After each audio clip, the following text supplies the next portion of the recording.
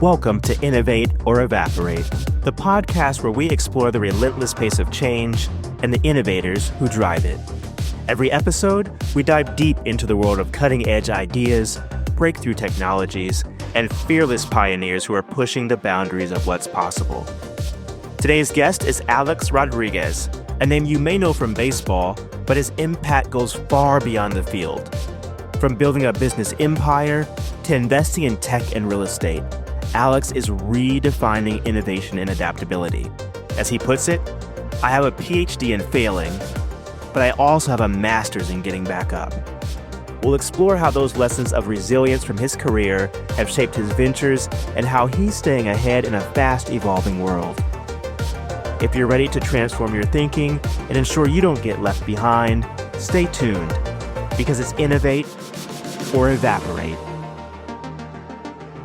Alex, welcome to the show. It's going to be a total blast to chat with you for a few minutes today. Great to be here, and also congrats on all your success in your company and all the great work you're doing. Oh, thank you so much. So we're here at Rally. You just came off the main stage doing a keynote fireside chat, and from baseball legend to business mogul. And so I would like to take a moment. There were so many just incredible, vulnerable takeaway moments during that fireside chat. I can't thank you enough for just sharing some of those moments with the crowd. I'd kind of like to just reverse it all. And so a lot of folks know your name, know who you are, know about your career, and know what you've done after Major League Baseball. But let's go back to before it all started. Mm-hmm. And I think when you were young, you moved to the Dominican Republic for a few years. So do you remember back that far and what that was like? Yeah, I sure do. I mean, I was born in New York, so I spent the first 4 years in New York City in Washington Heights, which is right in the shadows of Yankee Stadium. Then I went from 4 years from New York to Dominican Republic, so 4 and 4. And then once I turned 9, I arrived in Miami, and I've never left. Yep. So do you remember that day when you moved to Dominican Republic? Was it like scary for a moment, like a different country? Yeah, it was a different country. I was still too young to really understand the gravity of what exactly we were doing. I obviously didn't comprehend going from the greatest country in the world to my home country of Dominican Republic. But certainly my parents made a decision once I was around 7, 8, they started having conversation about, let's get Alex back to America where he can get a great education, play sports, and hopefully advance in his life. That's awesome. So I'm grateful for that. Yes, absolutely. So you come back. You're 9 years old, you said? Yeah. So 9 years old, you come back to the States, you move back to Miami.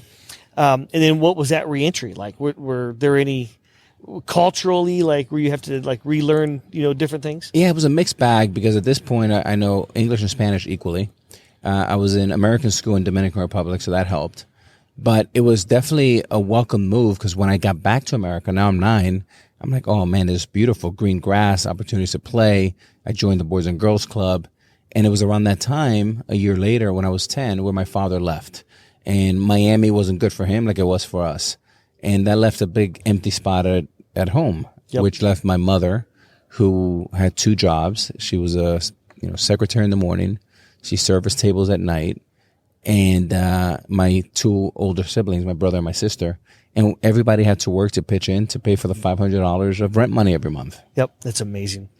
So you shared a story on stage a little bit ago about the moment when you're like, oh wow, I've got to step up and try to make an impact on my mom's life at the grocery store. Can you share that story? Yeah, we were in Publix right by my house in Kendall. And by my apartment, and we were shopping for some groceries. It was on $72, and I'm helping her with the bags at the cashiers. And I remember going into her purse and reaching for like $55, and she's about somewhere like $25 short. And I saw her open a different zipper in her purse, and she pulls out what I saw red money. And I said, "Mom, what is that? I've never seen that. It looked like Monopoly money." Well, it was food stamps, and it was help from the government. And while I was young, I wasn't too young to understand that there's a lot of pressure on my mother. There's a lot of stress. And that was the first time, Toph, that I said, boy, I better get going because I got to take care of Mom. That's amazing. So let's fast forward a bit now. So when you, let's say in your high school years, So when you would think about the future, dream about the future, kind of paint that picture of what you thought your life was going to be like. So obviously you're passionate about baseball, working really hard, to try to make it to the professional leagues. What else did you think about? Or was it single threaded? It was like pro baseball or bust, or like what else? What were your passions back then? Yeah, at that point, when you study history, most people that have been really successful, whether it's, Henry Ford or John Rockefeller or, JP Morgan, is usually they got really successful doing one thing really well. So I applied that in my early years where I wanted to be the best baseball player and do all I can to see if I can take this and give it a go. Now, I thought, America, what a great country. I mean, talking about hacking the system, I understood that if I was good enough and I had 1,000 on my SAT score, I can go from Kendall to Palo Alto and play at Stanford because Stanford wanted me to play for them. And I said, what an amazing opportunity to get an education at Stanford just because I can hit a baseball. Right. And I get 1,000 SAT. Well, I got some SAT classes, and that was kind of part of what I started shaping my both academic career and my professional career. So I'm not going to share on this podcast what my SAT score was, but I'm just going to say it wasn't. Notice 1,000. I didn't either. I love it. All right, so you make it into the pros. The C's part of you kind of shared a story earlier where it became very clear, like, how are you going to get to the pros? You made it to the pros, blood, sweat, and tears. You become, just one of the greatest of all time. And I did not realize the story you shared earlier on stage. So the Grand Slam champion, right? And then you also mentioned there's something that you're number 5 at that maybe a lot of people don't realize. What is that? Yeah, number 1 Grand Slam with 25, top 5 in a lot of categories. But, my daughters often remind me that I'm also 5th all time in the history of the game in strikeouts, which that means that only 4 people in the history of mankind have more strikeouts than me. And I always, joke around, but really I say it in jest, but that means I have a PhD in failing, but I also have a master's in getting back up. Yep. And I think the lesson there is that you're going to fall down no matter who you are, no matter how smart you are, no matter how rich you are, no matter what kind of family you comes from. Everyone's going to fall on their face. Yep. And the question is, how can you get back up from the mat, brush yourself off, and get back up to bat with a great attitude and ready to go?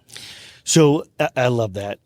We talk a lot about with entrepreneurs early on, like narrow and deep, right? Go to market, narrow and deep, do one thing, do it really well, sell that widget, that service, whatever it is. You also said something earlier today about entrepreneurs maybe don't spend enough time thinking about the long term and the short term, right? And they over and underestimate. Yeah.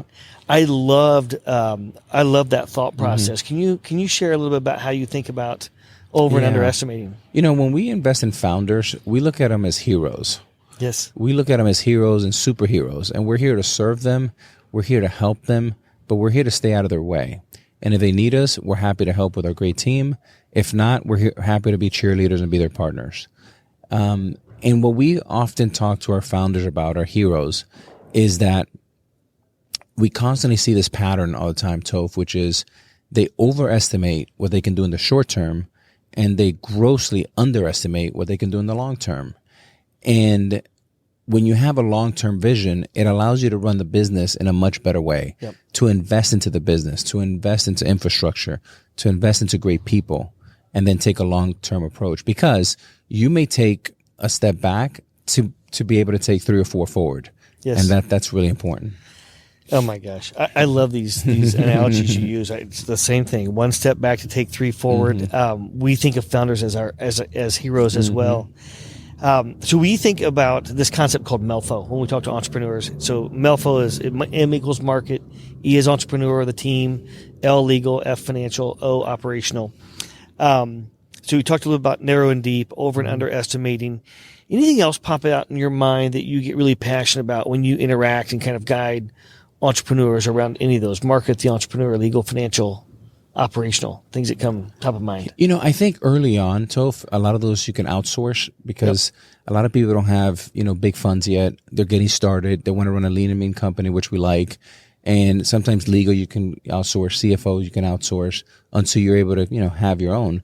And look, sometimes you'll have a team, a C-level suite that'll take you from 0 to $50 million of revenue. Yes. but whoever's going to take you from 50 to 500 or a billion is sometimes a different C-level expertise, different price level, different, experience level. So, and then there might be another one to take you public, and the same goes for CEO. Yep. So these are kind of levels that we study that are very interesting. I think with young entrepreneurs have a lot of low-hanging fruit, and because all the young contemporaries are always on their phone and are becoming increasingly more transactional, that's an opportunity for them to dig into the 1950s approach and be able to take a flight, meet in person, keep coming back. And what I call the 10 touch rule, which is we teach our young people in our office that we have to make 10 touches, informal or formal or collective, before we offer to do anything in business, right? Yeah. I love so that. now you and I have 2, right? Yes. We have 8 to go. Yep. But, maybe in 3 weeks you share an article or a podcast that you really like, or then we meet again for lunch, and then I come to see the Fever and I invite a couple of your team when we play. And all of a sudden we're building a relationship, right?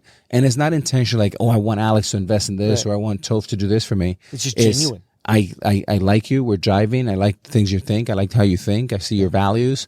And it's someone that I want to stay in touch with. Yes. So if you think about doing this over and over again, the ripple effect as you get older and older, it's funny. Magic Johnson told me, Alex, business is going to get so much easier for you in your 40s and 50s.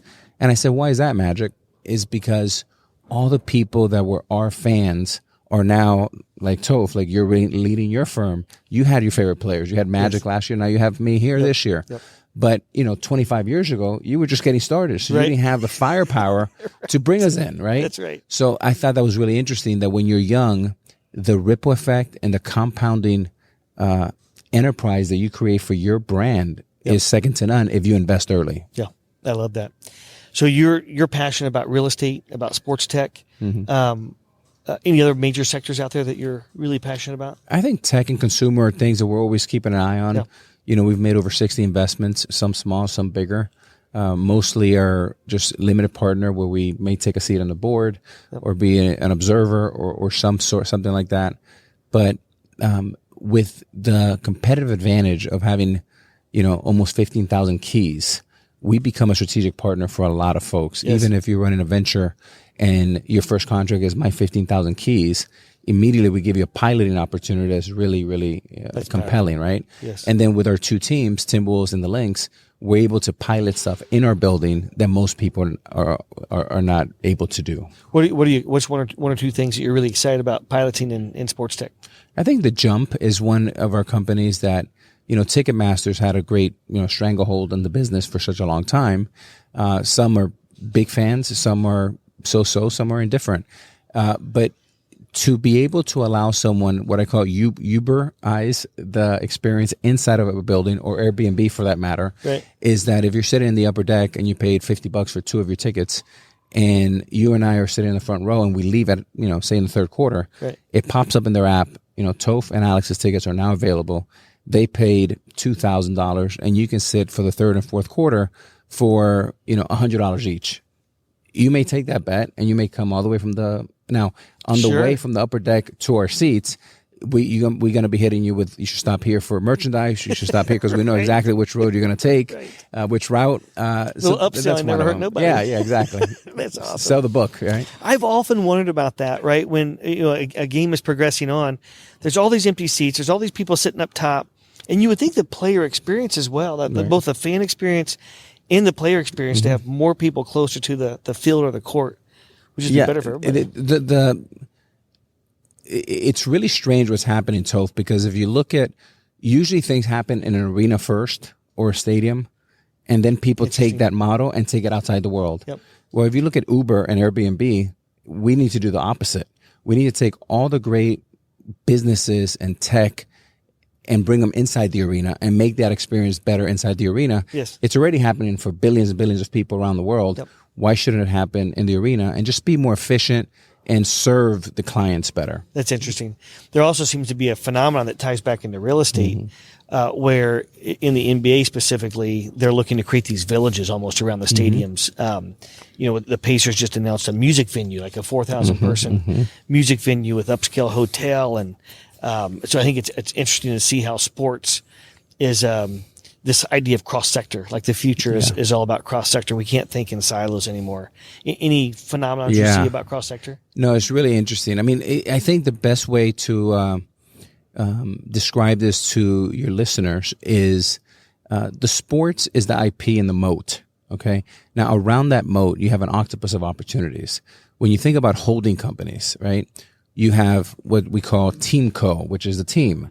You have real estate co, which is what you're talking about, is the infrastructure and the real estate around the building. Yep. Then you go into media co, which is the TV contracts that you have both national and local and regional. Yep. And then you may have venture co, which is the company that's investing in companies that are turbocharged by the asset, and so on and so forth. Yes. So it's an IP and a moat, and around that moat is 365, 24/7. A couple teams that have done phenomenal jobs around this.